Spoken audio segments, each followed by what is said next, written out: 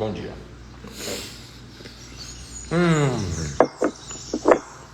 Terminando o cafezinho. Vocês estão bem? Dia 9 de dezembro. Uau. Tudo bem com vocês? Bom dia, Deus abençoe. Vai compartilhando aí, vai entrando. Bruno, você tá falando de boca cheia. Tô tomando café. Aceita? Eu tô numa dieta de engorda que vocês não têm noção. Bom dia. Bom dia, Thalita. Bom dia, Jonathan. Bom dia, Maria Isabel. Vamos entrar aí que a gente já começa. Acordei com uma palavra específica para hoje. Deixa eu tirar esse pratinho aqui. Acordei com uma palavra para esse tempo. Bem específica. Saí da cama, peguei meu bloquinho de anotação do lado e já anotei a palavra para fazer para vocês aqui hoje. Nós vamos falar sobre perspectiva. Desculpa minha garganta, hoje acordou bem. Poxa, me perdoem por isso. Mas vamos lá. Já tomaram um cafezinho? Deixa eu mostrar pra vocês aqui que lugar mais lindo antes da gente começar. Olha que lindo. Olha que bênção. Deus e sua maravilhosa criação. Olha que lindo. Lindo, né? Só Deus mesmo, né? Pra criar tudo lindo assim. Vamos lá? Galera, não sei se todos sabem o que é a Live MP, o que é esse projeto.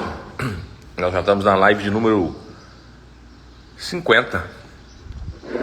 Estamos na live de número 50 já. Live MP, Deus colocou no meu coração há um pouco mais de um ano atrás. EMP é um acrônimo, né? De expansão da mentalidade empreendedora, sobre empreendedorismo.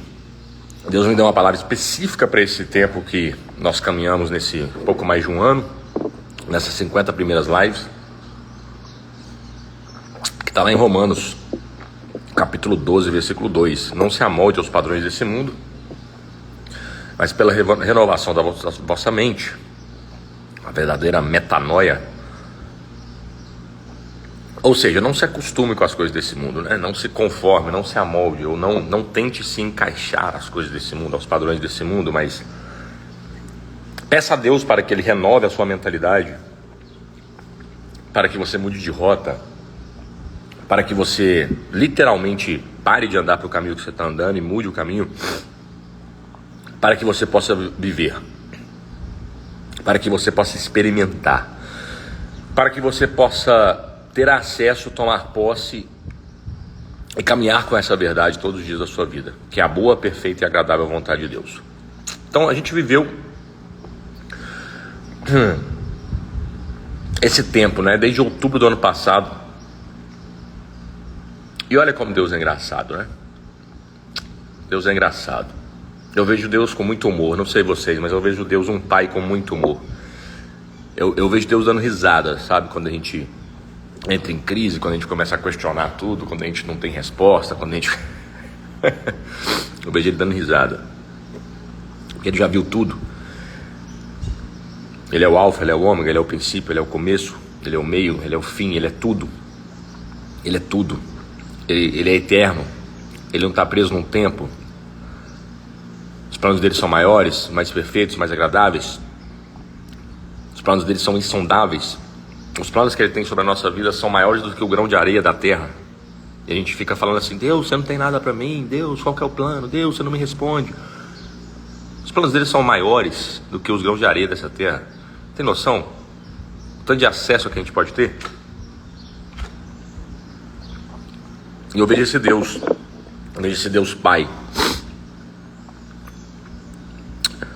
Quando a gente vai ver na Bíblia, principalmente no Antigo Testamento, Deus ele se manifesta de alguns nomes, né? Jeová Jireh, Jeová Rafá, Jeová Nissi, né? Elohim, Jeová Shalom. Os nomes na Bíblia eles têm muita relação com a identidade da pessoa, sabe? Os nomes na Bíblia estão muito relacionados à identidade da pessoa, né? Jeová Jireh, né? O Deus provedor. Eu falei isso na nossa live de terça-feira. Primeira vez que o Jeová Jireh aparece na Bíblia é lá quando Abraão vai sacrificar Isaac. O Deus provedor, o Deus que provê, o Deus que proveu o cordeiro, testando o coração de Abraão, testando a permanência de Abraão. A gente falou isso na nossa live de terça-feira, sobre permanência. E há um ano atrás, em setembro de 2023, Deus entregou uma palavra muito forte no meu coração sobre expansão de mentalidade. E me levou lá para Romanos 12:2, falou, olha, você vai, é isso, meu irmão, é isso, permanecer. Essa foi a palavra da live de terça-feira, permanecer, permanência. Essa é a chave. E hoje nós vamos falar sobre persistência. Cara, saí da cama, minha mulher me cutucou, falou, amor, você tem live. Eu quase resisti bastante para sair da cama.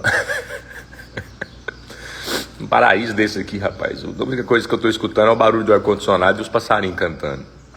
Eu queria dormir mais.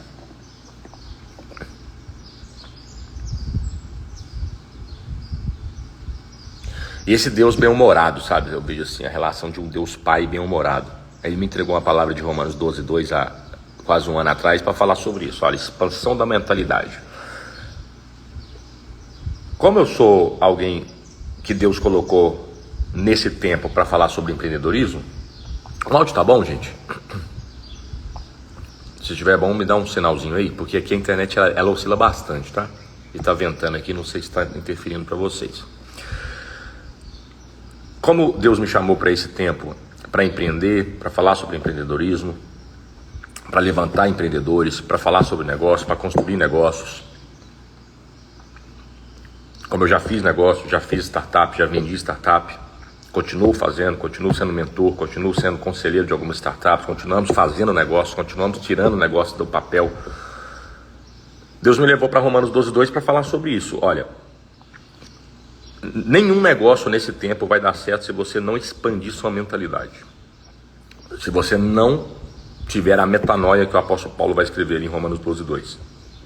Se você não mudar de rota, se você não mudar sua mentalidade, se você não entender que as coisas desse mundo não são suficientes para viver o sobrenatural, não são suficientes para você ser alguém fora da curva, você vai se inundar de conhecimento, de técnicas, você vai ler 700 livros, você vai sair fazendo um monte de curso, você vai comprar um monte de curso no YouTube, você vai achar que o próximo resultado seu está em Harvard, está na próxima faculdade, está na próxima conexão, está na próxima pessoa, está na próxima mesa, no próximo ambiente, e você não vai sair do lugar. Você pode até ir melhorando, mas são melhorias incrementais, sabe? São melhorias de um juros simples, não são melhorias de um juros compostos. Vocês estão entendendo? Você vai melhorando, mas você não tem aquela curva J, né? Isso é bem usado no startup. Imagina um J, desenha um J. E o J, quando você começa um J de baixo para cima, ele não vem assim, ó. Ele não vem uma curvinha, ele não vai fazendo uma curvinha, de repente ele exponencia. Essa é a famosa curva J, da exponencialidade do negócio. Né? Quando alguém fala assim, é no inglês, óbvio, né? Tudo é inglês, né?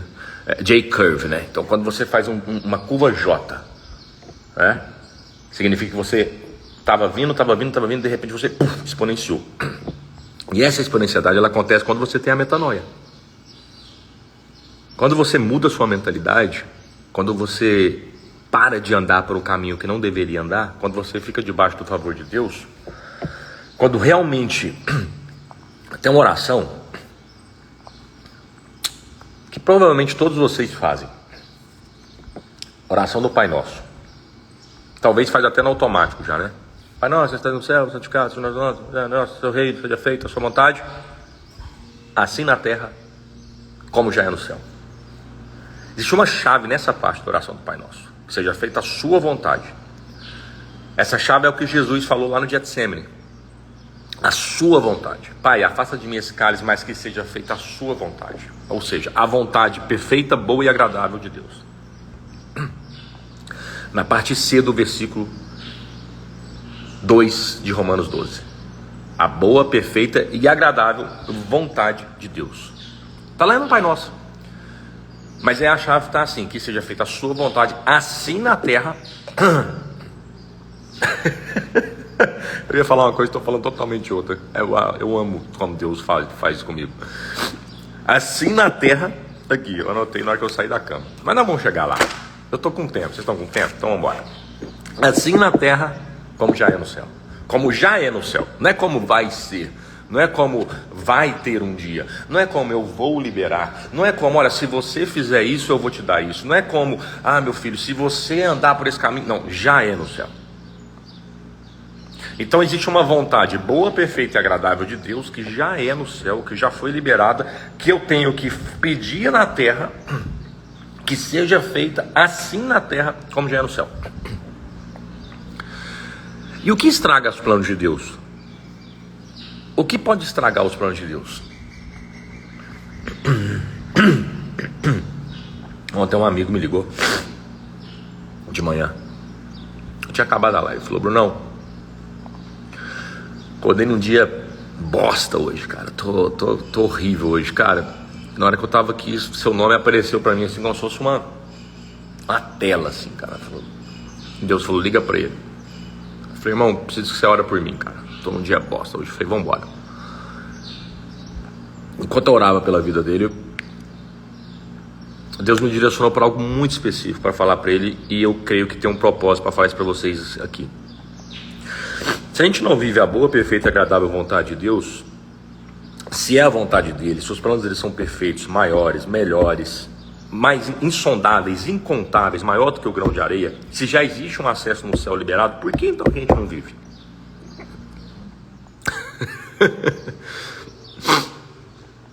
Por que então que a gente não vive? Vocês conseguem responder isso? Então por quê? Aí você vai pegar um versículo e fala: não, é porque no mundo teremos aflições, tem de bom ânimo, eu venci o mundo, então o mundo é feito de problema mesmo, né? Então a gente sempre está tentando pegar algum pedacinho da Bíblia para justificar algo. Não, é porque Romanos 8:28, todas as coisas cooperam para o bem daqueles que amam a Deus e vivem segundo o seu propósito. Muitas vezes nós estamos fora do propósito de Deus. Nós estamos desalinhados com o propósito de Deus. Nós estamos vivendo a nossa vontade, não a vontade de Deus. Nós estamos vivendo as coisas dessa terra, desse plano, se amoldando aos padrões desse mundo, as coisas que os homens estão nos pedindo, e não ao plano de Deus. Esse desalinhamento faz com que a gente não viva a boa, perfeita e agradável vontade de Deus, e não acesse o que Deus tem para nós. Esse desalinhamento, no dia que a gente alinha isso, fala assim: então agora eu estou debaixo, submisso ao plano de Deus, ao seu favor, como um vento. Kairos, que é traduzido na Bíblia como tempo de Deus, Kairos também é traduzido como um vento perfeito.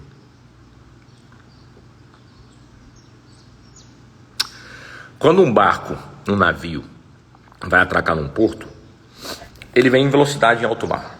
Se ele não diminui muito tempo antes para conseguir atracar no porto, ele rebenta o porto inteiro. O barco não tem freio. Não sei se quantos de vocês já tiveram experiência de andar de jet ski ou de barco. Na hora que você para, solta o motor, ele ainda continua andando muito, até ele devidamente parar. E antigamente, os barcos eram a vela. Os barcos eram a vela, certo? Então o que acontecia? Os marinheiros, eles vinham para atracar num porto, sei lá, Cesareia Marítima.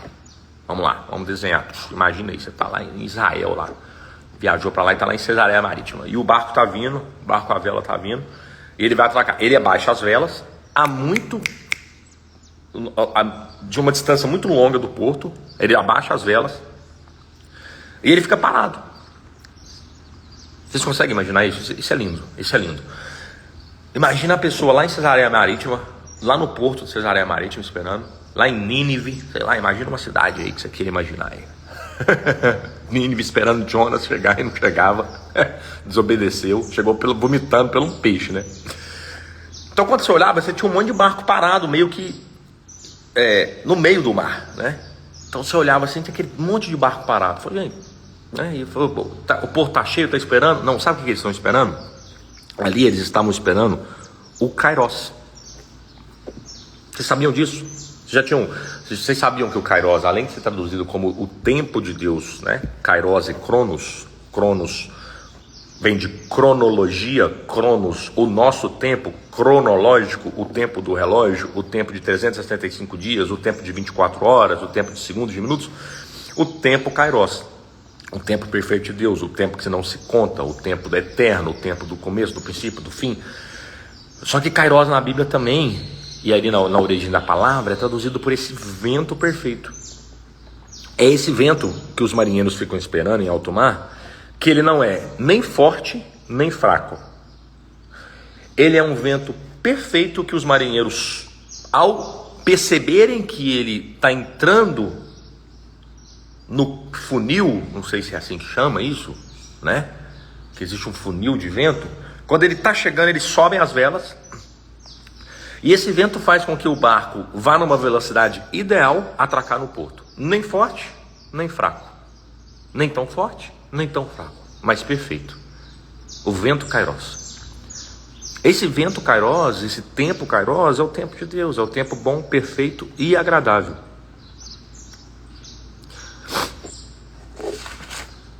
E nessa ligação que esse meu amigo me fez ontem, eu falei só uma coisa para ele, falei assim, para de perguntar o porquê. E olha que louco.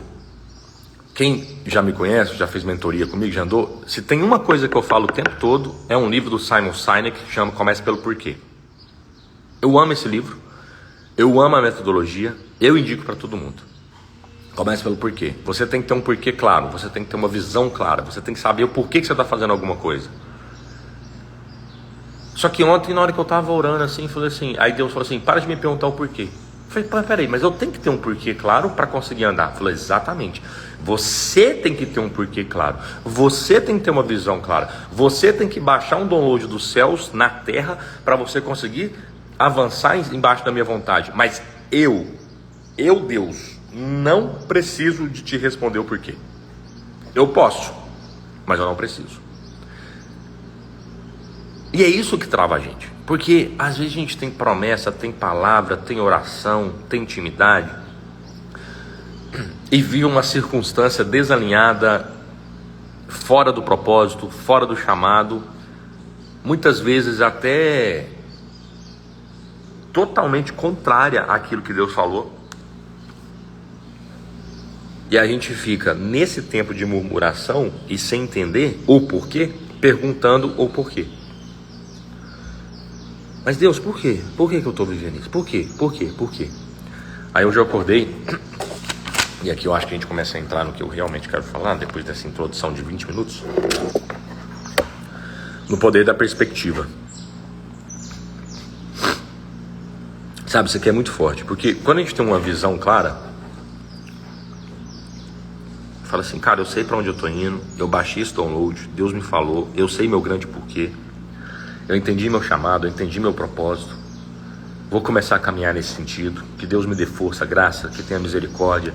Que eu possa não me acomodar aos padrões desse mundo, não me conformar. Que eu possa renovar minha mente, que eu possa mudar de ambiente, de mesa, de lugares que não me pertencem para esse novo tempo. Pessoas vão entrar, pessoas vão sair, que eu esteja em paz com isso, que o Senhor tome o controle da minha vida, que o Senhor possa fazer. Quando a gente começa a fazer isso, a gente entra num lugar de perspectiva. Só que isso aqui que é o perigo, porque nós, todos aqui, podemos olhar para o mesmo lugar, para o mesmo alvo e ter perspectivas diferentes. Nós podemos estar olhando para as mesmas coisas e ter perspectivas diferentes. Nós podemos estar sendo direcionados para o mesmo lugar e ter perspectivas e opiniões diferentes. E quando a gente quer colocar a nossa visão, a nossa opinião, a nossa perspectiva acima ou maior ou melhor do que a perspectiva, a visão dos outros, essa é a hora que a gente começa a falhar. Essa é a hora que a gente começa a errar muito. Essa é a hora que tudo começa a dar errado. Porque a nossa perspectiva ela não é melhor nem maior do que a de alguém. Ela é simplesmente diferente. E aqui está o grande erro que eu tenho visto nos seres humanos. Eles começaram a não respeitar as perspectivas. As pessoas começaram a não respeitar a perspectiva de ninguém.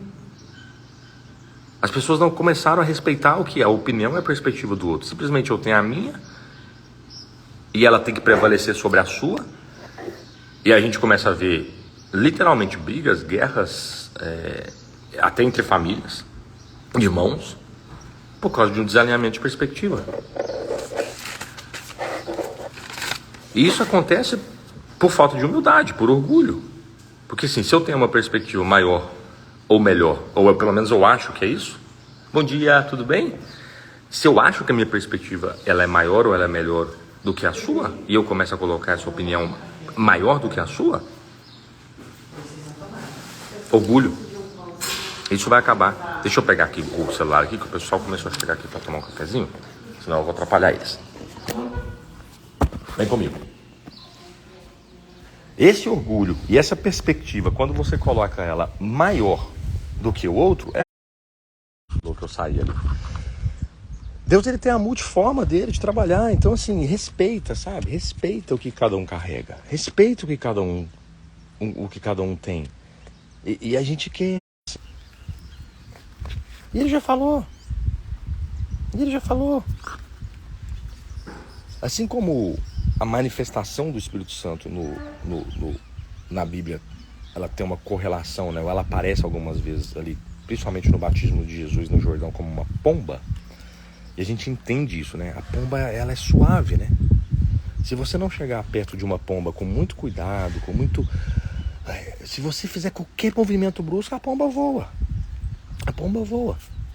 E assim também é o Espírito Santo de Deus. Suave, sensível, cuidadoso. Só que a gente fica esperando essa grande manifestação, esse grande mover, Ele é possível de fazer isso? Ele pode fazer isso? Claro que pode. Mas assim como Elias, quando Deus fala com ele, sai, que eu vou aparecer para você, eu vou me mostrar para você. Sai, sobe que eu vou te mostrar para você.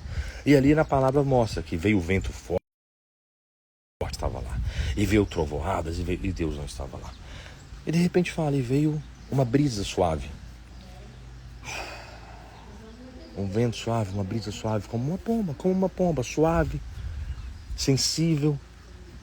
Uma voz amorosa, tranquila, e Deus estava lá. Muitas vezes Deus vai se manifestar na nossa vida assim, suave, sereno, tranquilo, no silêncio. Vai responder. Só que a gente está tão colocar nossas opiniões. Não temos? A internet hoje, agora no finalzinho, resolveu cair. Vou concluir aqui porque depois eu vou deixar a live salva, só para não perder o fechamento do raciocínio, tá? Então essa sensibilidade com o Espírito Santo, de ser essa pomba, de muitas vezes ele tá literalmente falando com a gente com sussurros, falando com a gente com uma voz tão suave, tão sensível, sabe? Que a gente não tá conseguindo escutar. Que é tanto barulho, é tanta perspectiva de tanta coisa, de tanta gente falando pra gente o que fazer, o que não fazer, de tanta gente falando pra gente, vai pra cá, vai pra lá, de consultor, de técnico, de mentor, de coach, de programa, de técnica, é tanta coisa que você tem que escutar, que você não escuta a voz suave.